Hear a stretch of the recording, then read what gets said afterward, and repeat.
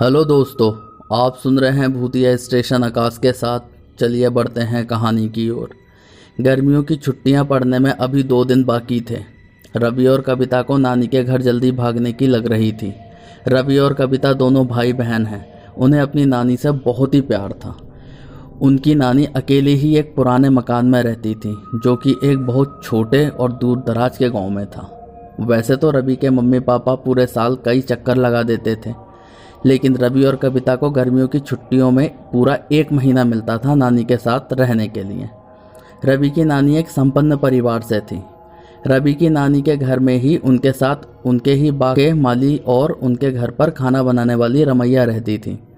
रमैया माली काका की लड़की थी। बुढ़ापे की तरफ बढ़ते बढ़ते नानी का स्वभाव भी चिड़चिड़ा होता जा रहा था, लेकिन फिर भी वो सबका ख्याल रखती थी। आज रवि और कविता बहुत खुशी से घर आए स्कूल से, क्योंकि उनकी जून की छुट्टियां जो पड़ गई थीं।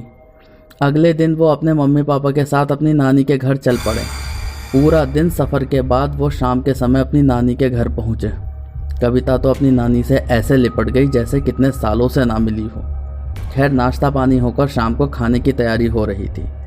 कविता की मम्मी रमैया के साथ खाना बना रही थी, तो कविता के पापा बाग के माली के साथ बातें कर रहे थे कि तभी गेट का दरवाज़ा कोई खटखटाता है। रवि भागकर गेट खोलता है तो 2 हट्टे कट्टे आदमी एक बड़े से शीशे को अंदर लाने की तैयारी कर रहे थे। यह देख कविता जोर से चिल्ला उठी और बोली, ये क्या है? 6 साल की कविता काफ़ी छोटी और सीधी सादी थी। उसका भाई रवि, जो कि 9 साल का था, बोला, अरे बुद्धू, यह बहुत बड़ा शीशा है। इसमें हम खुद को पूरा देखा करेंगे और खेला भी करेंगे। यह सुनकर कविता बहुत खुश हुई। इस बड़े से शीशे को बरामदे में एक और खड़ा किया गया। शीशा देखने में बहुत ही खूबसूरत था। कविता और रवि बार बार उसके इधर उधर मंडरा रहे थे और खुश हो रहे थे कि तभी मम्मी ने सबको आवाज़ लगाकर खाने के लिए बुलाया। सभी खाना खाने लगे कि तभी अचानक से कोई चीज़ धम्म से गिरी और आवाज़ सुनकर रवि के पापा बहुत तेज़ी से शीशे की तरफ भागे।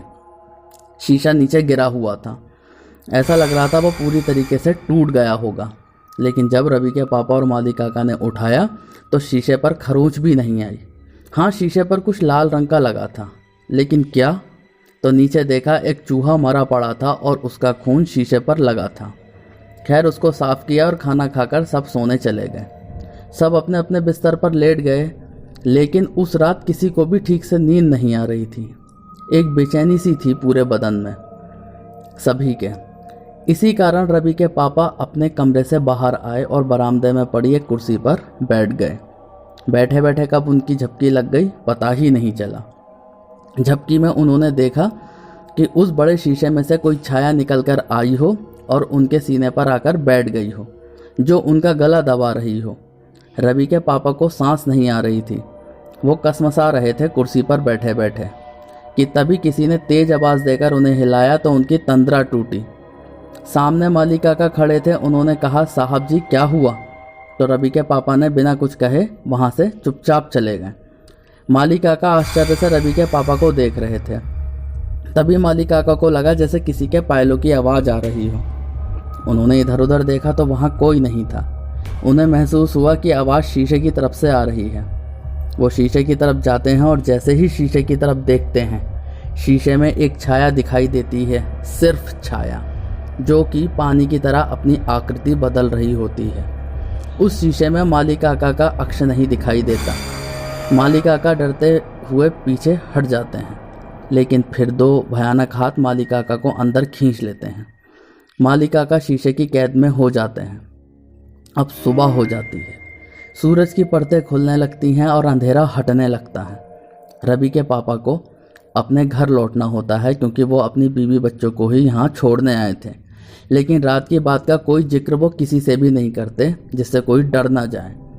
माली काका को आवाज़ देते हैं, लेकिन माली काका नहीं आते तो सब समझने लगते हैं कि शायद वो सुबह तड़के ही बाग चले गए होंगे।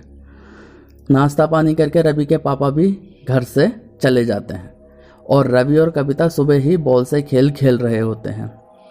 जब रवि बॉल फेंकता है तो बॉल शीशे के सामने गिरती है, तो कविता से बॉल लाने के लिए रवि कहता है। कविता बॉल लेने शीशे के सामने पहुंचती है और जब वो शीशे को देखती है तो डर जाती है, क्योंकि शीशे में उसके पीछे एक भयानक औरत खड़ी होती है। वो भागकर नानी के पास जाकर चिपक जाती है।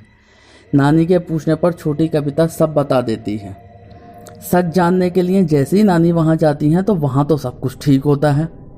अब नानी अंदर आ जाती हैं और नानी अभी अंदर आई ही होती हैं तो फिर एक तेजाई से फिर से चीज़ गिरने की आवाज़ आती है। नानी को लगा कि जैसे कोई बरामदे में कोई चीज़ गिरी, इसलिए नानी और रवि की मम्मी जैसे ही बरामदे में पहुंचती हैं तो वो शीशा औंधे मुंह नीचे गिरा हुआ होता है। तो नानी और रवि की मम्मी मिलकर शीशा उठाती हैं, लेकिन ये क्या, शीशे पर एक भी खरोच नहीं आती, बस लगा होता है।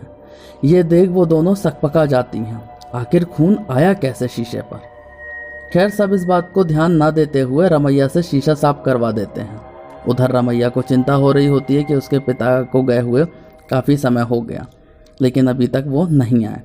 वो बरामदे में बैठी अपने पिता का इंतज़ार कर रही होती है कि उसकी नज़र उस शीशे पर पड़ती है। शीशे में रमैया को एक छाया दिखती है जो उसकी ओर बढ़ रही होती है। रमैया डरने की बजाय सम्मोहित हो जाती है और दो हाथ रमैया को भी शीशे में खींच लेते हैं और रमैया भी अपने पिता की तरह शीशे का शिकार हो जाती है। इधर नानी रमैया को आवाज़ लगाती हैं, परंतु रमैया होगी तभी तो आवाज़ देगी। दोपहर हो रही थी, धूप अपने चरम पर थी। रवि की नानी ने रवि और कविता को धूप में बाहर ना निकलने की हिदायत दी और दोनों माँ बेटी अंदर कमरे में बात करने लगी। रवि बरामदे में बैठा कविता के साथ खेल रहा था। कविता ने रवि को बताया, भैया इस शीशे में भूत रहता है। तो रवि ने हंसते हुए कहा, कविता नहीं, भूत नहीं होता है, चल शीशे के पास। कविता डर जाती है।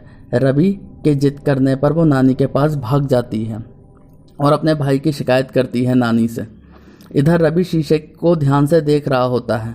उसमें एक छाया फिर से रवि को दिखती है जो कि अपने पूरे रूप में हल्की हल्के आने लगती है और जब वो अपने पूरे रूप में आती है रवि की चीख निकल जाती है। रवि की चीख सुनकर उसकी नानी और अचानक से आ जाती हैं।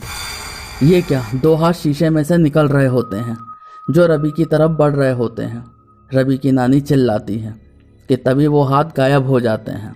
सब समझ जाते हैं ये शीशा भूतिया है और हो ना हो रमैया और उसके पिता भी इसी का शिकार हुए होंगे। इसलिए नानी माँ के कहने पर उस शीशे को तोड़कर एक नदी किनारे फेंकवा दिया जाता है। लेकिन ये क्या, शीशा तो फिर अपनी पुरानी अवस्था में आ जाता है और अपनी सुंदरता को बढ़ाकर और किसी इंसान का शिकार करने लगता है। तो दोस्तों, आपको हमारी कहानी कैसी लगी कमेंट बॉक्स में ज़रूर बताएं और हमारे चैनल को सब्सक्राइब कीजिए और बेल आइकन दबाना ना भूलें। धन्यवाद।